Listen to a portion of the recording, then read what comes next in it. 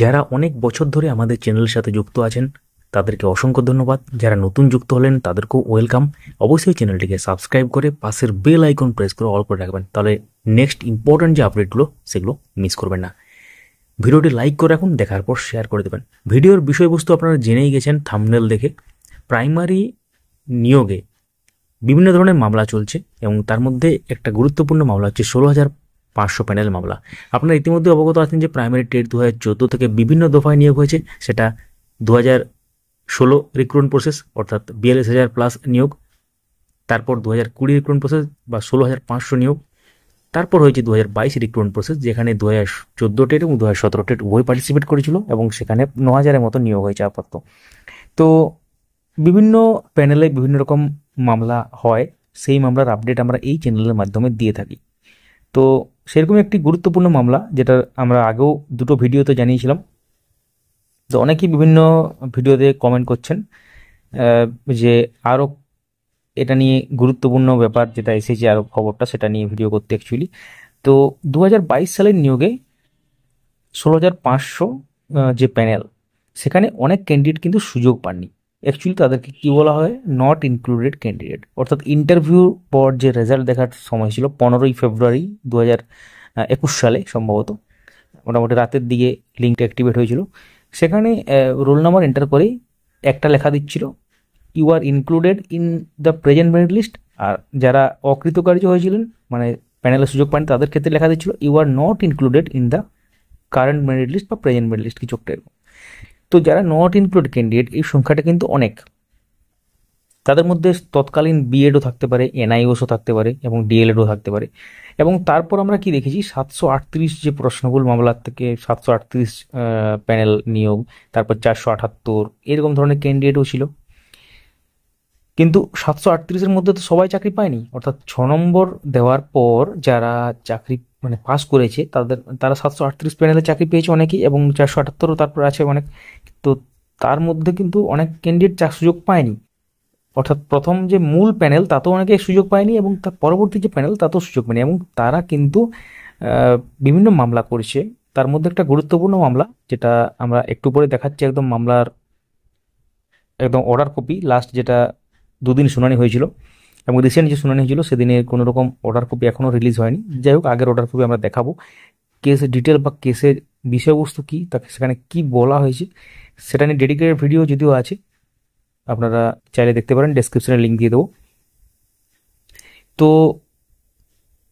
Petitioner যারা অর্থাৎ বঞ্চিত যারা নিজেদেরকে মনে করছে সেই সব ক্যান্ডিডেটরা বিভিন্ন মামলা করতে চলেছে।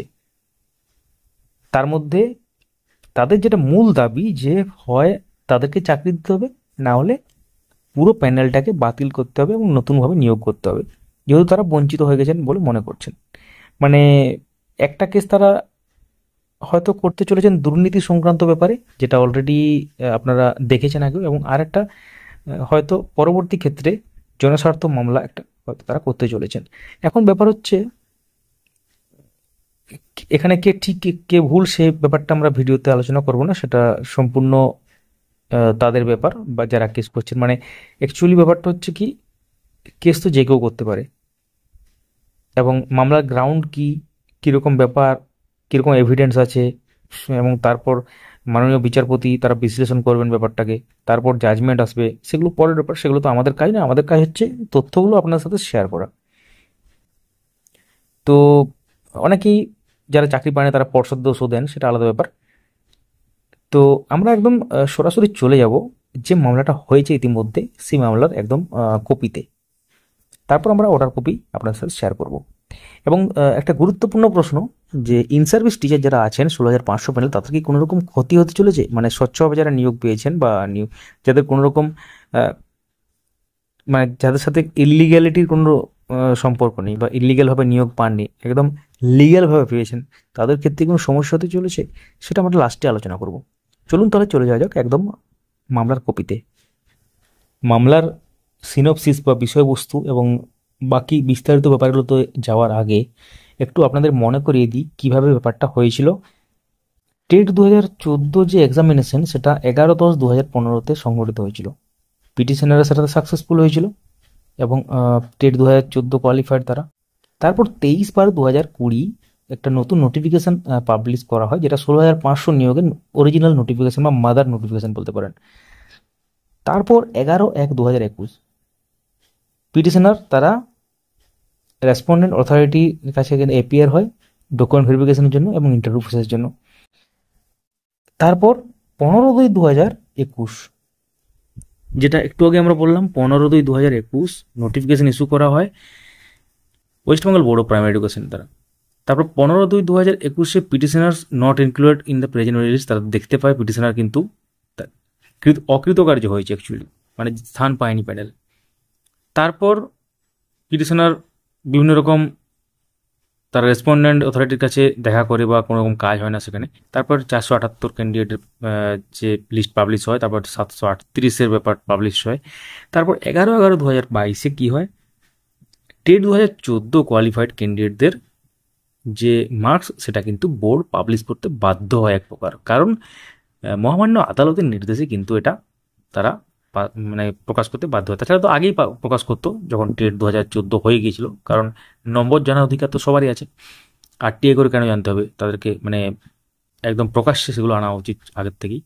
এবং তারপর 82 পাওয়া ক্যান্ডিডেটদের বা 82 পেয়ে যারা কোয়ালিফাইড হয়েছেন তাদের যে লিস্ট সেটা প্রকাশ হয় 11/11/2022। 28/11/2022 কি নোটিফিকেশন পাবলিশ হয় মেরিট লিস্ট সংক্রান্ত, অর্থাৎ ব্রেকআপ অফ মার্কস যেটা বলতে পারেন, ব্রেকিং অফ মার্কস, অর্থাৎ মার্কসগুলো প্রকাশ্যে আসে প্যানেলের, কে কত পেয়েছে, ভাইভাতে কত, অ্যাপটিটিউড টেস্টে কত, বা তাদের একাডেমিক যে নম্বর সেগুলো কত, সমস্ত রকম ভাবে। এবং এটাই হচ্ছে মূল সূত্রপাত 28/11/2022 যেটা পাবলিশ করা হয়, অর্থাৎ সেটাও মহামান্য কোর্টের নির্দেশে। পাবলিশ করার পর পিটিশনাররা রিয়েলাইজ করে যে তাদের থেকেও কম নম্বর পাওয়া চাকরি করছে, কম নম্বর পাওয়া ক্যান্ডিডেট চাকরি করছে। তখন তারা এইরকম তারা বোর্ডের সাথে দেখা করার চেষ্টা করে, কিন্তু কোনো রকম কাজ হয় না, সেই জন্য এই রিট পিটিশন তারা দাখিল করে। তো এবার আমরা চলে যাব মামলার বিষয়বস্তু কী সেটার জন্য। তো এখানে পিটিশনার বলছেন যে পুরো এই যে অ্যাপয়েন্টমেন্ট সেটা ইলিগ্যাল, আরবিট্রারি, হুইমসিক্যাল অ্যাক্ট বোর্ডের দ্বারা, এবং তারপর টাকার বিনিময়ে চাকরি দিয়ে দেওয়া হয়েছে অ্যাকচুয়ালি, সেটা কিন্তু লেখা আছে এর মধ্যে দেখতে পাচ্ছেন। এবং তার সাথে আর্টিকেল 14, 16, 21 ভায়োলেট করা হয়েছে। এবং the petitioners in spite of more eligible person did not get appointment though below score candidate get appointment, মানে পিটিশনার থেকেও কম মেরিটযুক্ত ক্যান্ডিডেটরা চাকরি পেয়েছেন সেটা বলা হচ্ছে। এবং তারপর the primary teachers job have been purchased in Liu of huge amount of money, মানে এখানে তারা অভিযোগ করছেন যে টাকার বিনিময়ে চাকরি বিক্রি হয়ে গেছে। যদিও একটা প্যানেলের মধ্যে লিগ্যাল ইলিগ্যাল সব রকম ক্যান্ডিডেট থাকে, পুরো স্বচ্ছ 100% নিয়োগ হয়তো সবসময় হয় না, আমরা যেমন খবর পাই। তো এটাও সেরকম হয়েছে, সব ক্যান্ডিডেট তো দায়ী নয়, কিছু সামান্য পার্সেন্টেজ হয়তো এটা হতে পারে, মানে সম্ভাবনা আছে। আমরা বলছি হচ্ছে না সেটা আলাদা ব্যাপার, কিন্তু সম্ভাবনা আছে, থাকতেই পারে যে কোনো প্যানেলে। তো সেটাকে হয়তো ইন্ডিকেট করা হচ্ছে। এবং সেখানে তারা রিয়েলাইজ করেছেন যে তাদের থেকেও কম নম্বর পাওয়া ক্যান্ডিডেট চাকরি করছে, তখন তাদের মনে হয়েছে তারা বঞ্চিত, তাহলে তাদের মেরিটের নাম এলো না, অথচ তার থেকে কম নম্বর পাওয়া ক্যান্ডিডেট চাকরি করছেন, সেই জন্য এই রিট পিটিশন করা হয়েছে। এবং এটা সিনপসিস দেখতে পাচ্ছেন। তো এবার আমরা চলে যাব একদম সরাসরি অর্ডার কপিতে, আগে শুনানিতে কি হয়েছিল।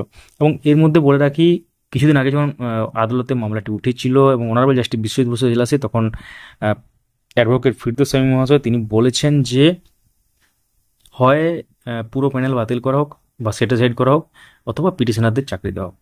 অর্থাৎ পিটিশনারদের চাকরি দিলে প্যানেল থাকুক ঠিক আছে, কিন্তু পিটিশনাররা যাতে চাকরি পায়, তাতে মেন যেটা বক্তব্য, অর্থাৎ পিটিশনারদের আইনজীবী বক্তব্য আর কি। তো চলুন তাহলে অর্ডার কপিতে যাওয়া যাক।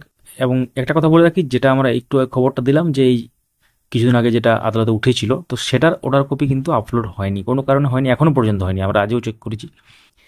আমরা দুদিন আগে বললে ভুল হবে, ফার্স্ট যে হিয়ারিং হয়েছিল এই কেসটার, সেদিন কি লেখা হয়েছিল সেটা কিন্তু আপনাদের জানা দরকার, সেটা চলে যাই। তো আমরা যে অর্ডার কপিতে এসেছি সেটা হচ্ছে 19/11/2024 অর্ডার। তো এখানে কি লেখা আছে দেখতে পাচ্ছেন যে the petitioner had participated in the selection process conducted by the West Bengal board of primary education in the year 2020। The petitioner alleging that the panel prepared on the basis of the said selection process was defective and less meritorious candidates were accommodated to deprive the petitioner. তো same ব্যাপারটা লেখা আছে যে কম মেরিটযুক্ত candidate এখানে chance পেয়েছে এবং defective panel যেটা prepare করা হয়েছে, যেটা এলিগেশন লাগানো হচ্ছে। তারপরে mister Biswas, learned advocate for the board, submits that the several writ petitions were filed challenging the set selection process. এই সিলেকশন প্রসেসে সেভারাল রিট পিটিশন ফাইল করা হয়েছে এবং ultimately panel of successful candidates was prepared, the life of which has already expired. অর্থাৎ panel expire হয়ে গেছে, বোর্ডের আইনজীবী বলেন। এবং তারপরে as such the petitioner are not entitle to reopen the dead issue. তো এটা একটা ডেড ইস্যু, সেটাকে কিন্তু পিটিশনাররা রিওপেন করতে পারে না এবং লেখা আছে। তো board is directed to file A report, বোর্ডকে রিপোর্ট ফাইল করতে বলা হয় এবং তারপর নেক্সট হিয়ারিংয়ের জন্য ব্যাপার বলা হয় এবং তারপরে আরেকদিন শুনানি হয় এবং তারপর রিসেন্ট একবার শুনানি হয়, মানে টোটাল 3বার শুনানি হয়েছে এই নিয়ে। এবং লাস্ট শুনানিতে হালকা জাস্ট একটা কথোপকথন হয়েছে বা আর্গুমেন্ট হয়েছে এবং তারপর পরবর্তী দিনে কিন্তু মামলাটা উঠতে চলেছে। মামলার যদি আমরা কেস ডিটেল দেখি তো সেখানে কিন্তু পরবর্তী ডেট এখনও পর্যন্ত পড়েনি। তো সঙ্গে থাকুন, এই মামলার পরবর্তী আপডেট কি আসছে বা পরবর্তী দিনে কি হতে চলে। শুধুমাত্র এই মামলা নয়, আরও অনেক মামলা পেন্ডিং আছে মহামান্য আদালতে, বিভিন্ন আদালতে আছে, সিঙ্গেল বেঞ্চে, ডিভিশন বেঞ্চে, অনারেবল সুপ্রিম কোর্টে। তো সেই আপডেটগুলো পেয়ে যাবেন আপনারা। এবং এরপর আমরা মেন প্রশ্নে আসি যে ইন সার্ভিস টিচারদের কি কোনোরকম অসুবিধা হবে। তো এই মুহূর্তে কোনোরকম অসুবিধা হওয়ার কথা নয়, কারণ যারা স্বচ্ছভাবে পেয়েছেন তাদের অসুবিধা হওয়ার কথা নয়। পুরো প্যানেল নিয়ে যদি কিছু হয় সেটা আলাদা ব্যাপার, কিন্তু যদি দেখা যায় যে লেস মেরিটোরিয়াস ক্যান্ডিডেট জায়গা পেয়েছে এটাতে, তাহলে হয়তো তাদের ক্ষেত্রে কোনো ব্যবস্থা নেওয়া হতে পারে। কিন্তু যারা স্বচ্ছভাবে পেয়েছে এবং লিগ্যালভাবে পেয়েছে তাদের ক্ষেত্রে অসুবিধা হওয়ার কথা নয়। এখন পুরো কেস হলে সেটা তো বিচারাধীন বিষয়, একদম ফাইনাল জাজমেন্টে সেটা বোঝা যাবে। এখন থেকে চিন্তা করার কিছু নেই। ভিডিওটি লাইক করুন, সবার সাথে শেয়ার করুন। Thank you so much for watching. আপনাদের মনে যদি কোনো প্রশ্ন থাকে অবশ্যই কমেন্টে লিখুন, আমরা প্রত্যেকটি প্রশ্ন দেখব এবং যথাযথ উত্তর দেওয়ার চেষ্টা করব। Thank you so much for watching.